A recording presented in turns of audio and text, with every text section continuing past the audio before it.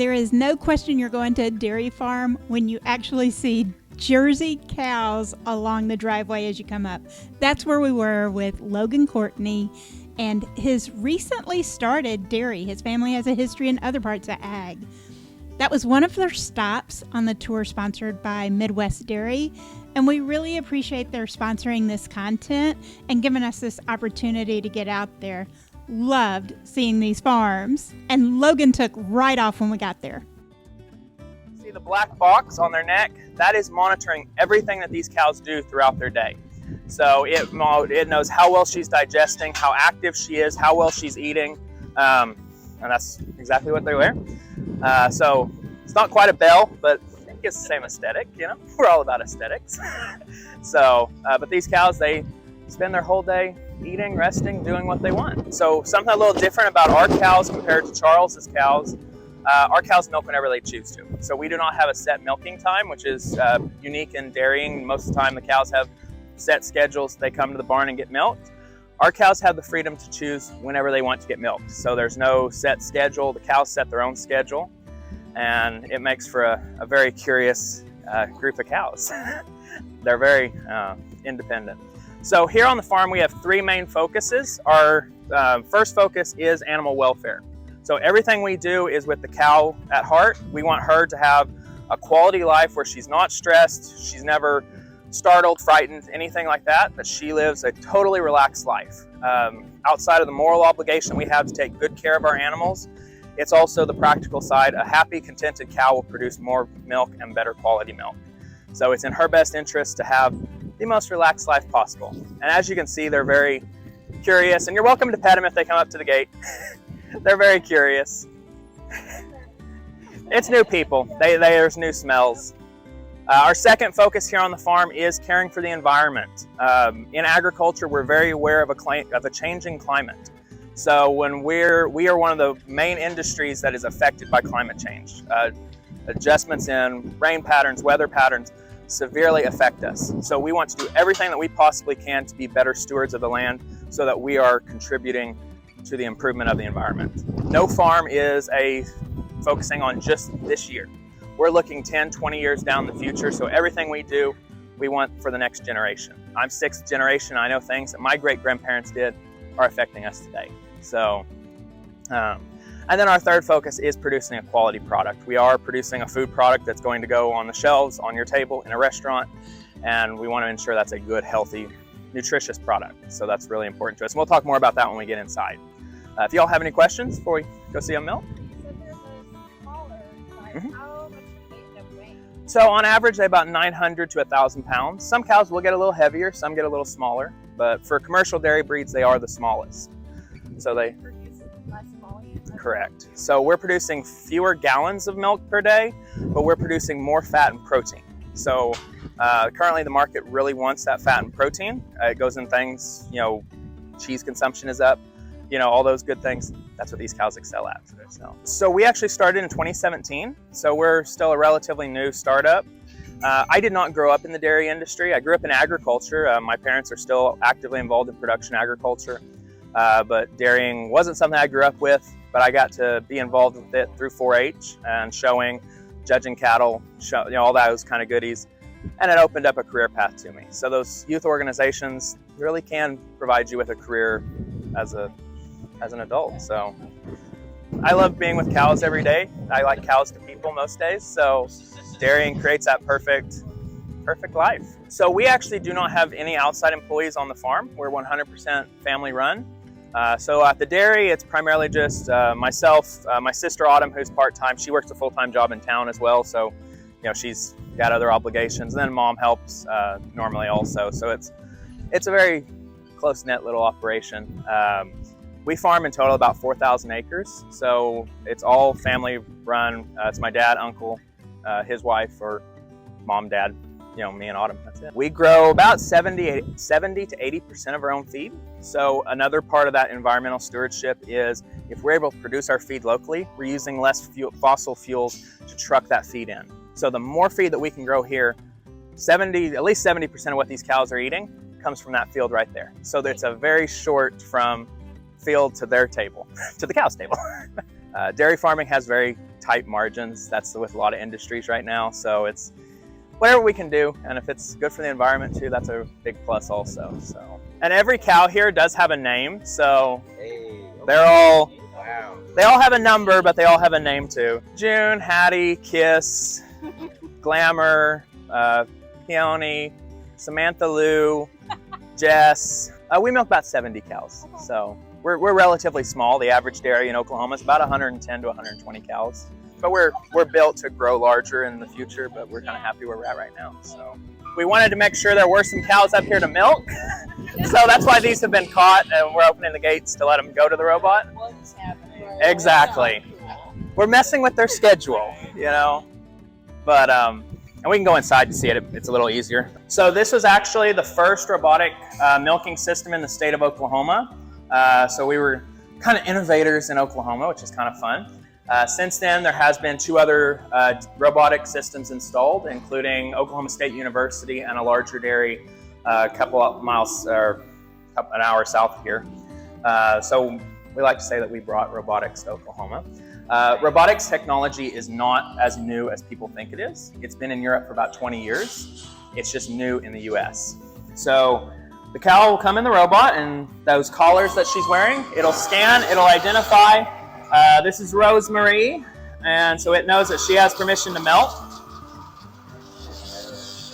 Now it will clean the udder. This removes any dirt, debris, anything that she's picked up while out in the field during the day. The brushes are soft bristle. It washes with warm water and a cleaning solution that's hydrating for her skin so that she doesn't ever get dry skin or anything like that.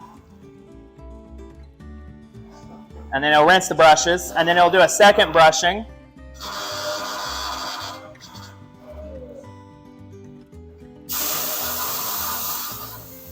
And then it blow dries the teat also, so that way. And this whole time she's being fed, so there's the positive reinforcement of why she wants to come in and be milked. Now you're going to see a laser eye turn on, and it will find the location of each teat.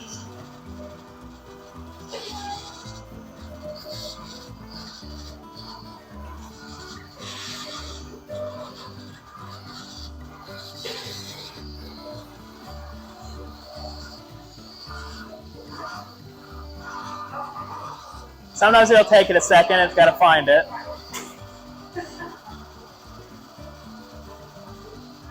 Now, a lot of dairy farmers will point out that this is a lot slower than you could put a machine on to milk in a traditional parlor, but cows are creatures of habit. They like the same routine. These cows are milked the exact same way every time they come in. The cows do not like any change. They know that there's a change because they can smell different people here, different voices. So those are all different things in their daily environment, which personally they don't like a whole lot, but you know. Exactly. So, and that's something. Also, while she is in the robot, it is going to deposit 101 units of information on this cow into our system. This is all data that we can use to keep a check on her health, her production. Is she eating correctly? Is she getting the exercise that we consider normal for our dairy cows? These are all tools that we can use to make medical decisions if a cow maybe isn't feeling well or any of those kind of things. It also records how many pounds of milk she produces while she's in the robot. And if you look at, there's a screen on there y'all are welcome to look at, and that will record how many pounds she's milked, how long she's been in the robot box, how much she's allowed to be fed of her grain, all those goodies. And the cows have free access to the robot 23 hours a day. We only shut down 20 minutes 3 times a day to do a complete system wash. That way we're keeping everything sterilized and clean. That's an important part of producing healthy quality milk is our cleaning routines. And this is the farm boss. She keeps a check on everything. I guess we do have an employee. You know, she's paid in dog treats. Generally, we're averaging about 2.5 visits a day, so about every 12 hours or so. But if Rosemary leaves the robot, she's going to have to wait at least 4 hours to be milked again. So that way they aren't coming through and getting milked every 2 minutes. Because there are some cows that will. Because just like me, if there's food involved, I'm all game. Cows are the same way. So they do have to wait at least 4 hours, so, unless we change it in the system or anything like that. So, and there is a scanner that is sensing the milk flow. and when the milk flow drops to below a certain amount, it knows that quarter's done being milked. It will remove the cup, and it'll start pulling off the others. And that way we get good and complete milk out for good udder health. Now that she's done, it will spray iodine on the quarters. That's just to keep a sterile environment. And then the robot will rinse the cup so it's clean and sterile for the next cow. Then the gate opens and the next cow can come in. She sees people in here. She's like, I don't know about this.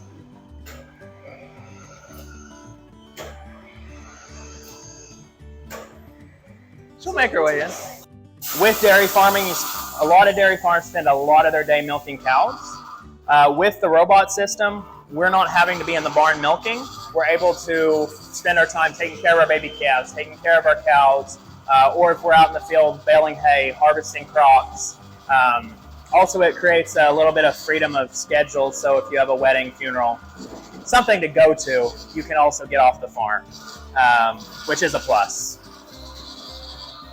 Robots create so that small farms like us that don't employ all their milk hands, that we're able to still have a life outside of the dairy barn. So robots are something that will really help small farms going forward. Obviously, it's technology that's usable in large farms as well, but it's ideal for smaller farms like us.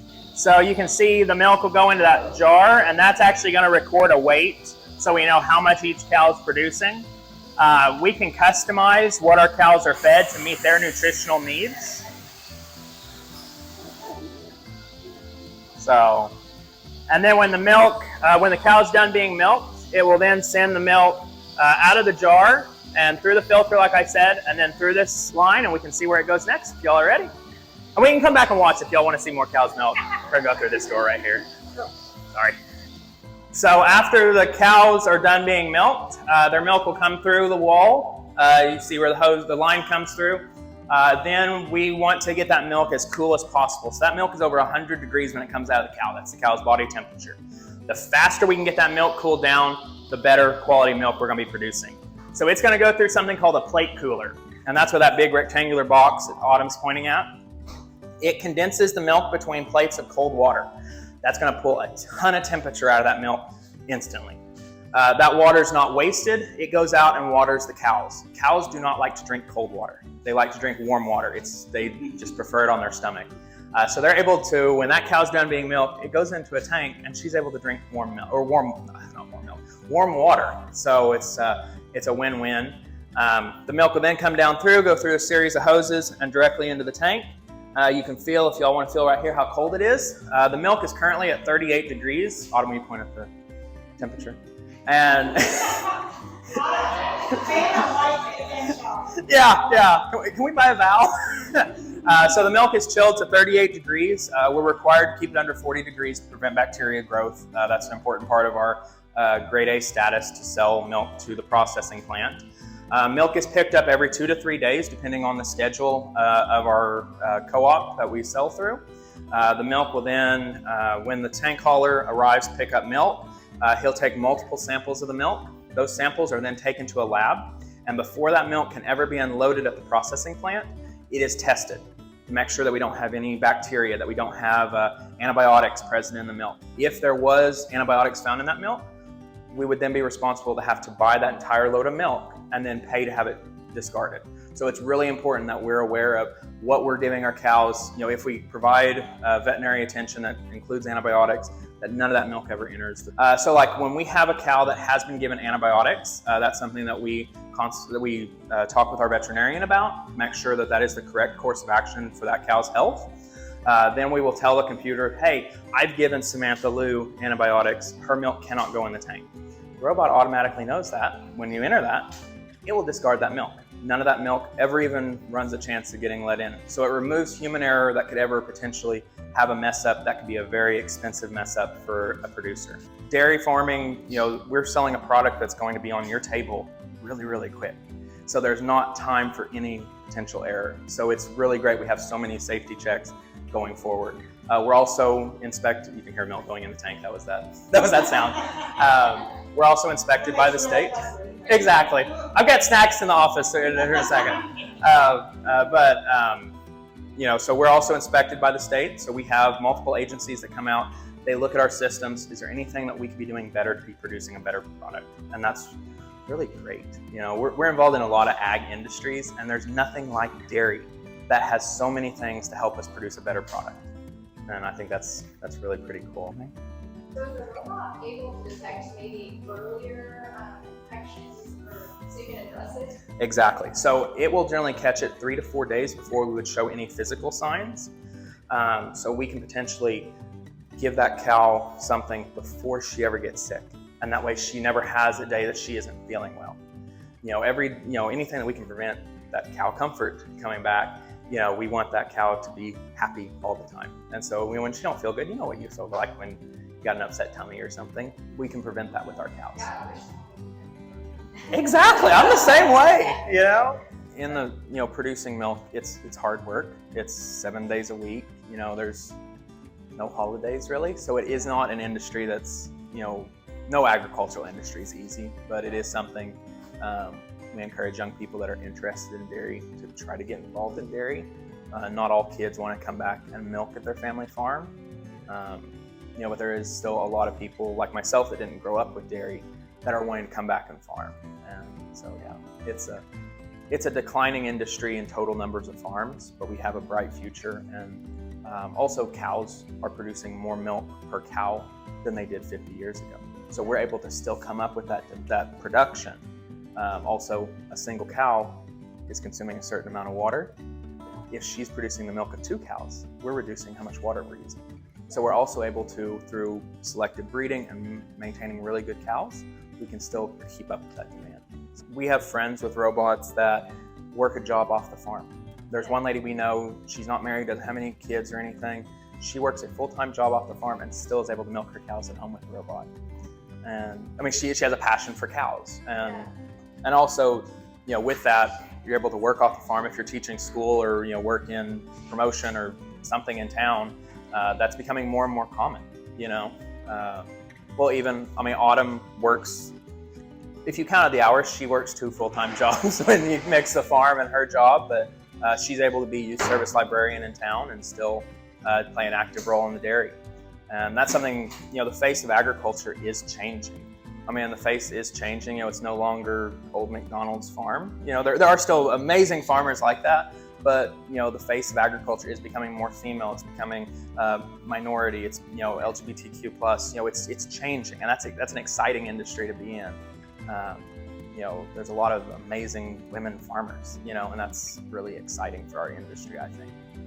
So it's an exciting industry to be in. Thanks for checking out our videos. We'd love for you to subscribe, watch some more videos, follow our podcast in general. I'm your host, Janice Fersen.